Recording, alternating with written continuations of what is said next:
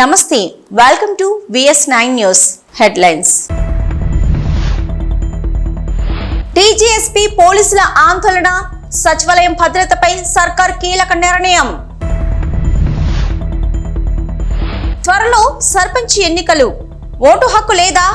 అయితే ఓటు నమోదుకు ఇదే last date. Tirumala శ్రీవారి ఆలయంలో శాస్త్రోక్తంగా దీపావళి ఆస్థానం. ప్రత్యేకతలివే. తెలంగాణ ప్రత్యేక పోలీసులు టీజీఎస్పీ గత కొన్ని రోజులుగా ఆందోళనలు చేస్తున్న సంగతి తెలిసిందే. ఏక్ పోలీస్ విధానం అమలు చేయాలని ప్రత్యేక పోలీసులు వారి కుటుంబ సభ్యులు ఆందోళన బాట పట్టారు. ఈ పరిణామాల నేపథ్యంలో తెలంగాణ సచివాలయం భద్రత విషయంపై సర్కారు కీలక నిర్ణయం తీసుకుంది. సెక్రటేరియట్ వద్ద భద్రత విధుల నుంచి తెలంగాణ స్పెషల్ పోలీసును తప్పించారు. భద్రతను స్పెషల్ ప్రొటెక్షన్ ఫోర్సు TGSPF చేతికి అప్పగించారు. ఈ మేరకు CS శాంతికుమారి బుధవారం ఉత్తర్వులు జారీ చేశారు. కమాండెంట్ దేవిదాస్ సెక్రటేరియట్ ప్రధాన భద్రతా అధికారిగా నియమితులయ్యారు. దేవిదాస్ నేతృత్వంలో 212 మంది సిబ్బందిని కేటాయిస్తూ SPF DG అనిల్ కుమార్ తాజాగా ఉత్తర్వులిచ్చారు. ఈ సిబ్బందికి సెక్రటేరియట్ పరిసరాల్లో గస్తీ నిర్వహించడం, సాయుధ గార్డులుగా వ్యవహరించడం లాంటి విధులు నిర్వహిస్తారని పోలీసు ఉన్నతాధికారులు తెలిపారు. రేపటి నుంచి అంటే నవంబర్ 1 నుంచి వీరు విధులు నిర్వర్తించనున్నారు. ప్రస్తుతమున్న విధంగానే హైదరాబాద్ కమిషనరేట్ పోలీసులు law and order, traffic, octopus, quick reaction team, QRTల విధులు కొనసాగించనున్నాయి. SPF శిక్షణలో ఉన్న కొత్త సిబ్బంది మరికొద్ది రోజుల్లో రానుండడంతో వారి నుంచి మరో 100 మందిని సెక్రటేరియట్ భద్రతకు కేటాయించే అవకాశం ఉంది. తెలంగాణలో త్వరలో స్థానిక సంస్థల ఎన్నికలు జరగనున్నాయి. ప్రస్తుతం BC కులగణనకు ఏర్పాట్లు జరుగుతుండగా ఆ తర్వాత రిజర్వేషన్లు ఖరారు చేయనున్నారు. అనంతరం ఎన్నికలకు నోటిఫికేషన్లు విడుదల చేయనున్నట్లు సమాచారం. కాగా రాష్ట్రంలో కొత్తగా ఓటు హక్కు లేని వారికి నమోదు చేసుకునేందుకు ఎన్నికల సంఘం అనుమతి ఇచ్చింది. ఇక SSR 2025లో భాగంగా 2025 జనవరి 1 నాటికి 18 సంవత్సరాలు నిండిన ప్రతి ఒక్కరూ కొత్తగా తమ ఓటు హక్కు కోసం నమోదు చేసుకోవచ్చునని అధికారులు తెలిపారు. వీరితో పాటు ఓటర్ల జాబితాలో పేరు లేని 18 సంవత్సరాలు నిండిన వారు కూడా నమోదుకు తెలంగాణ ఎన్నికల సంఘం అవకాశం కల్పించింది. కొత్త ఓటర్గా నమోదుకు ఫారం 6 జాబితాలో అభ్యంతరాలకు ఫారం 7 సవరణల కోసం అడ్రస్ మార్పు వంటివి ఫారం 8 ద్వారా అప్లై చేసుకోవచ్చునని తెలిపింది. ముసాయిదా జాబితాలో తమ ఓటు సక్రమంగా ఉందో లేదో పరిశీలించుకోవచ్చునని అన్నారు. ఓటర్ జాబితాలో అభ్యంతరాలు, మార్పులు, చేర్పులు ఉంటే నవంబర్ 28 వరకు అప్లై చేసుకోవచ్చునని తెలిపారు. వచ్చిన అప్లికేషన్స్ ను డిసెంబర్ 24 వరకు పరిష్కరిస్తారని వెల్లడించారు. 2025 జనవరి 6న NSR 2025 తుది ఓటర్ల జాబితాను ఎన్నికల సంఘం విడుదల చేస్తుందన్నారు. తెలుగు ప్రజలు కార్తీక మాసంలో ప్రత్యేక పూజలు చేస్తుంటారు. తెలుగు పంచాంగం ప్రకారం కార్తీక మాసం 8వ మాసం. శరదృతువులో వచ్చే కార్తీక మాసంలోని అన్ని రోజులు పర్వదినాలే. కార్తీక మాసంలో నదీ స్నానంతో పాటుగా శైవ క్షేత్రాలు దర్శించుకుంటారు. మరో 2 రోజులు అంటే నవంబర్ 2 నుంచి కార్తీక మాసం ప్రారంభం కానున్నది. కార్తీక మాసంలో తెలంగాణలో ప్రముఖ శైవ క్షేత్రాల్లో ఒకటైన వేములవాడను భక్తులు అధిక సంఖ్యలో దర్శించుకుంటారు. ఈ నేపథ్యంలో వేములవాడను దర్శించే భక్తులకు తెలంగాణ RTC అధికారులు తీపి కబురు చెప్పారు. కార్తీక మాసం పురస్కరించుకొని భక్తుల సౌకర్యార్థం ప్రతి శని, ఆదివారాల్లో వరంగల్ నుంచి వేములవాడ పుణ్యక్షేత్రానికి ప్రత్యేక బస్సు సర్వీసులు నడుపుతామని పేర్కొన్నారు. సోమ, మంగళవారాల్లో వేములవాడ నుంచి వరంగల్కు ప్రత్యేక బస్సులు నడుపుతున్నట్లు వెల్లడించారు. శబరిమలకు వెళ్లే భక్తులకు, అరుణాచలగిరి ప్రదర్శనకు వెళ్లే భక్తులు కూడా గుడ్ న్యూస్ చెప్పారు. ఆయా భక్తుల సౌకర్యార్థం ప్రత్యేక బస్సులు ఏర్పాటు చేసినట్లు RTC అధికారులు తెలిపారు.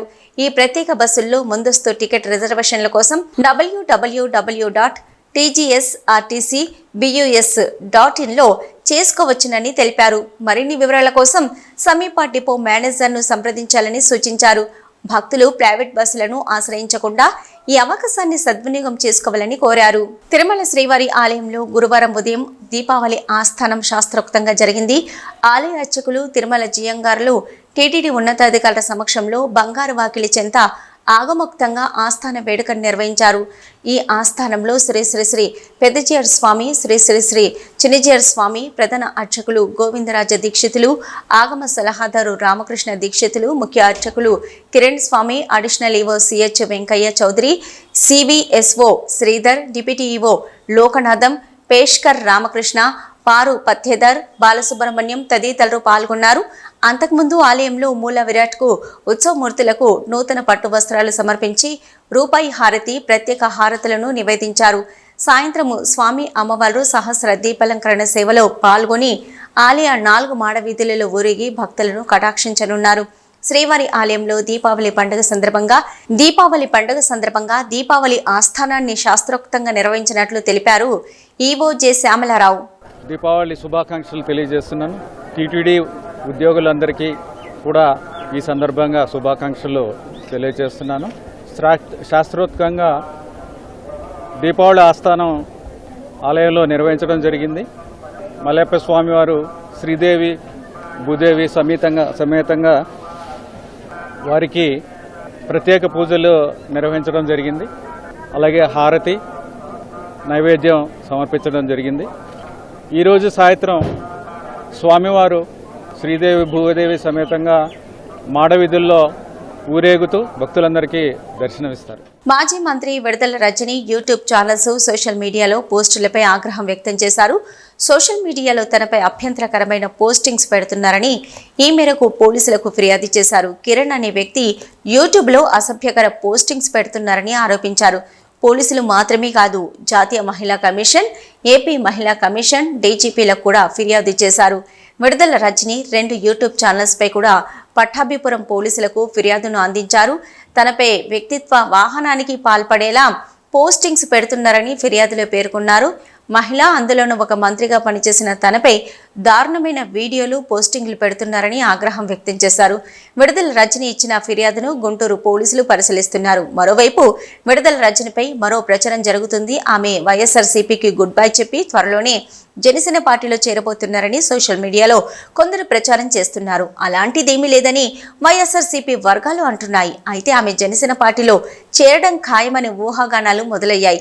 రజనీ చేరికకు జనసేన అధినేత పవన్ కళ్యాణ్ కూడా గ్రీన్ సిగ్నల్ ఇచ్చినట్టు టాక్ వినిపిస్తుంది. విడుదల రజని మాత్రం ఇప్పటి వరకు పార్టీ మార్పుపై ఎలాంటి అధికారిక ప్రకటన చేయలేదు.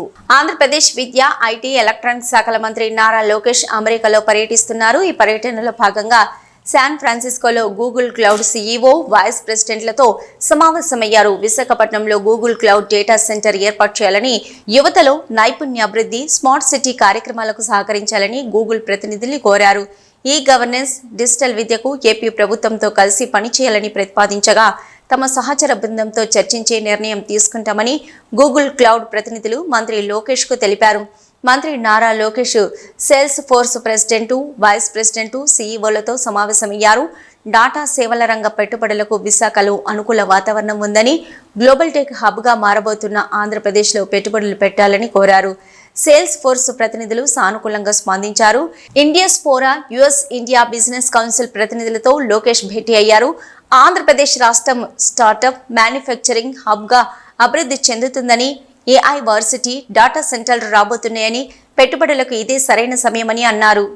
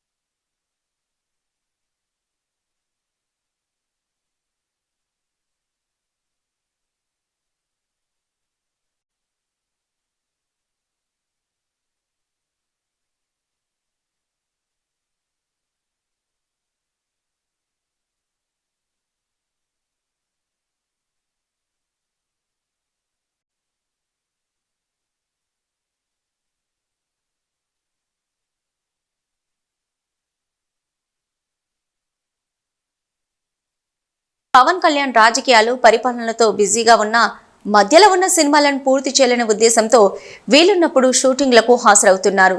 కొన్ని రోజుల క్రితం హరిహర వీరమల్లు సినిమా షూటింగ్లో పాల్గొన్న పవన్ కళ్యాణ్ ఇటీవల ఓజీ కోసం నైట్ షూట్స్లో పాల్గొన్నారని సమాచారం అందుతుంది. మొత్తానికి ఆ 2 సినిమాలను పూర్తి చేసి 2025లో ప్రేక్షకుల ముందుకు తీసుకొచ్చే విధంగా పవన్ కళ్యాణ్ ప్లాన్ చేస్తున్నారట. 2 సినిమాల్లోకి ఓజీ సినిమాపై అంచనాలు భారీగా ఉన్నాయి. సాహో సుజిత్ దర్శకత్వంలో రూపొందుతున్న ఓజీ సినిమా మాఫియా బ్యాక్డ్రాప్ తో పాటు పవన్ కళ్యాణ్ ను ఫ్యాన్స్ ఎలా చూడాలి అనుకుంటున్నారో అలా సుజిత్ చూపించబోతున్నారట. అందుకే ఓజీ సినిమా కోసం పవన్ ఫ్యాన్స్ ఆసక్తిగా ఎదురుచూస్తున్నారు. ఓజీ సినిమాలో పవన్ ను సుజిత్ చాలా స్టైలిష్ లుక్ లో చూపించడంతో పాటు పాన్ ఇండియా రేంజ్ లో ఆకట్టుకునే విధంగా కథనం ప్లాన్ చేస్తున్నారనే వార్తలు వస్తున్నాయి. సాహో సినిమాతో భారీ విజయాన్ని సొంతం చేసుకున్న సుజిత్ ఛాలెంజింగ్ గా తీసుకుని ఓజీ సినిమాను రూపొందిస్తున్నారు. తప్పకుండా ఈ సినిమా భారీ విజయాన్ని సొంతం చేసుకుంటుందనే నమ్మకంతో యూనిట్ సభ్యులు చాలా నమ్మకంతో ఉన్నారు. సినిమాకు సంబంధించిన షూటింగ్ పూర్తి చేసి వచ్చే ఏడాది సమ్మర్ వరకు సినిమాను ప్రేక్షకుల ముందుకు తీసుకురావాలని మేకర్స్ భావిస్తున్నట్లు తెలుస్తోంది. నరకాసురుణ్ణి సంహరించిన రోజున దీపావళి పండుగ జరుపుకుంటారు. కానీ నరకాసుర వధ ఎక్కడ జరిగిందో ఎలా జరిగిందో చాలా మందికి తెలియదు. మహిమాన్విత క్షేత్రం శ్రీ పృథ్వీశ్వర క్షేత్రం నాటి నరకాసుర సంహార వేదిక నేటి నడకుదురు స్వయంపుగా వెలిసిన శ్రీ బాలా త్రిపుర సుందరి సమేత పృథ్వీశ్వరుడు పాటలి వనాలతో అలరాడే క్షేత్రం. ఈ క్షేత్రం ఎక్కడ ఉంది? ఈ క్షేత్ర విశేషాలు ఏమిటో మీరే చూడండి. కృష్ణా జిల్లాలోని ప్రముఖ పుణ్యక్షేత్రాల్లో చరిత్ర ప్రసిద్ధి చెందిన క్షేత్రం విజయవాడ నగరానికి 55 కిలోమీటర్ల దూరంలో చెల్లపల్లి మండలం నడుకుదురులోని శ్రీ బాలా త్రిపుర సుందరి సమేత శ్రీ పృథ్వీశ్వర క్షేత్రం ఒకటి. నాటి నరకాసుర సంహారం వేదిక నేటి నడుకుదురు ప్రాంతంలో జరిగిందని పురాణ ఇతిహాసాల ద్వారా తెలుస్తుంది. నరకానికి మోక్షం ప్రసాదించిన ఈ ప్రాంతాన్ని నరకోత్తరక క్షేత్రంగా మోక్షపురిగా పిలుస్తారు. నాటి నరకొత్తురు కాలక్రమంలో నడుకుదురుగా రూపాంతరం చెందినట్లుగా పండితులు పేర్కొంటారు. కాశీలో మినహా దేశంలో ఎక్కడ లేని దేవలోక వనమాత పాటలీ వృక్షాలు నడుకుదురు ఈ క్షేత్రంలో ఉండడం ఆధ్యాత్మిక చారిత్రక వైభవానికి చిహ్నంగా పేర్కొంటారు. నరకాసురుని సంహారం అనంతరం శ్రీకృష్ణుడు పిండ తర్పణాలు వదిలిన ఈ కృష్ణా తీరం ఎంతో పవిత్రమైనదిగా భక్తులు విశ్వసిస్తారు. స్వయంపుగా వెలిసిన ఈ స్వామి భక్తుల పూజలు అందుకుంటూ కోరికలు తీర్చే కొంగు బంగారంగా వెలుగొందుతున్నారు.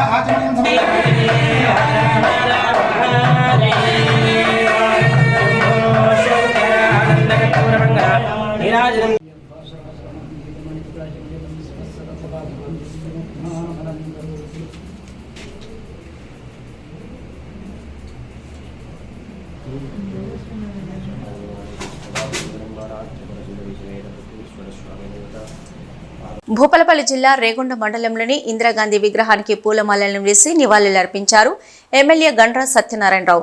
అనంతరం మాట్లాడుతూ పేద బడుగు బలహీన వర్గాల ప్రజల అభ్యున్నతి కోసం 20 సూత్రాల పథకాన్ని ప్రవేశపెట్టిన మహోన్నత వ్యక్తి ఇందిరాగాంధీ అని, కేంద్ర రాష్ట్ర ప్రభుత్వాలు వారి ఆశయాలను కొనసాగించి బడుగు బలహీన వర్గాల కోసం కృషి చేశారని అన్నారు. మన దేశ కీర్తిని ప్రపంచ నలుమూలల చాటి చెప్పిన గొప్ప మహిళ ఇందిరాగాంధీని కొనియాడారు.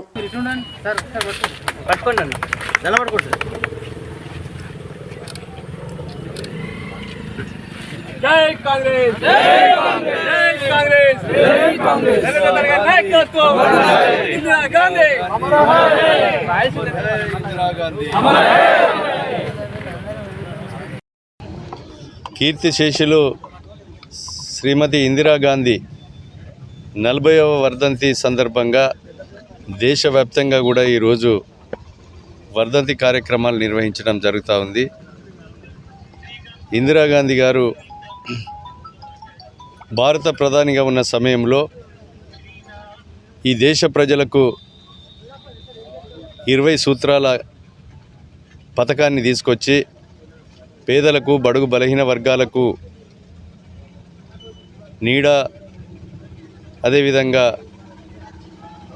గూడు, అన్ని రకాలుగా తోడుగా నిలిచి దేశవ్యాప్తంగా ఉన్నటువంటి ప్రభుత్వ భూములను పేదలకు పట్టాలు ఇప్పించి హక్కులు కల్పించినటువంటి గొప్ప మహనీయురాలు ఇందిరాగాంధీ గారు. ఈ దేశంలో ప్రైవేట్ బ్యాంకులన్నీ కూడా ప్రభుత్వ పరం చేసి పేదలకు రుణాలు ఇప్పించి వాణిజ్య బ్యాంకులను చేసి ప్రభుత్వ బ్యాంకుల ద్వారా సమాజంలో ఉన్నటువంటి రైతాంగానికి అందరికి కూడా రుణ సౌకర్యం కల్పించినటువంటి మహనీయురాలు ఇందిరాగాంధీ గారు. అదేవిధంగా ఇందిరాగాంధీ గారు ఈ దేశాని కొరకు ఉగ్రవాదుల చేతిలో ఉగ్రవాదుల చేతుల్లో బలి కావడం జరిగింది. వారి కుమారుడు రాజీవ్ గాంధీ కూడా మరణించడం జరిగింది. నెహ్రూ గారు ఈ దేశానికి 18 సంవత్సరాలు స్వతంత్రం కొరకు పోరాడి జైలు జీవితం అనుభవించి స్వతంత్రం తెచ్చినటువంటి కుటుంబం నెహ్రూ కుటుంబం. ఆనాడు స్వతంత్రం కొరకు పోరాటం చేసినప్పుడు బీజేపీ కానీ తోక పార్టీలు ఏవి కూడా లేవు. ఒక స్వతంత్రం తెచ్చిన పార్టీ ఈ దేశం కొరకు ప్రాణ త్యాగాలు చేసి పేదల కొరకు త్యాగాలు చేసినటువంటి యొక్క కుటుంబం ఇందిరాగాంధీ గారి ఆశయాలను వారి యొక్క సిద్ధాంతాలను వారి మనుమడు రాహుల్ గాంధీ గారి నేతృత్వంలో ఈరోజు ఈ దేశంలో కన్యాకుమారి నుంచి కాశ్మీర్ వరకు పాదయాత్ర చేసి రైతుల బాధలు, కార్మికుల బాధలు, నాటేసే కూలీల బాధలు, లారీ క్లీనర్లు, డ్రైవర్ల కానుంచి పరామర్శించి బాధలు తెలుసుకొని ఈ దేశం కొరకు నేను సైతం అని చెప్పి వారి యొక్క ఇందిరాగాంధీ మనుమడైనటువంటి రాహుల్ గాంధీ వారి ఆశయాల కొరకు పోరాడుతున్న సందర్భంలో ఈ భారతదేశ ప్రజలందరూ కూడా దీవించవలసిన అవసరం ఉంది. ఇందిరాగాంధీ గారి ఆశయాలను కొనసాగించాలంటే రాబోయేటువంటి తరాలకు రాహుల్ గాంధీ ప్రధానమంత్రి కావాల్సిన అవసరం ఉంది. కనుక వారి ఆశయాలను, సిద్ధాంతాలను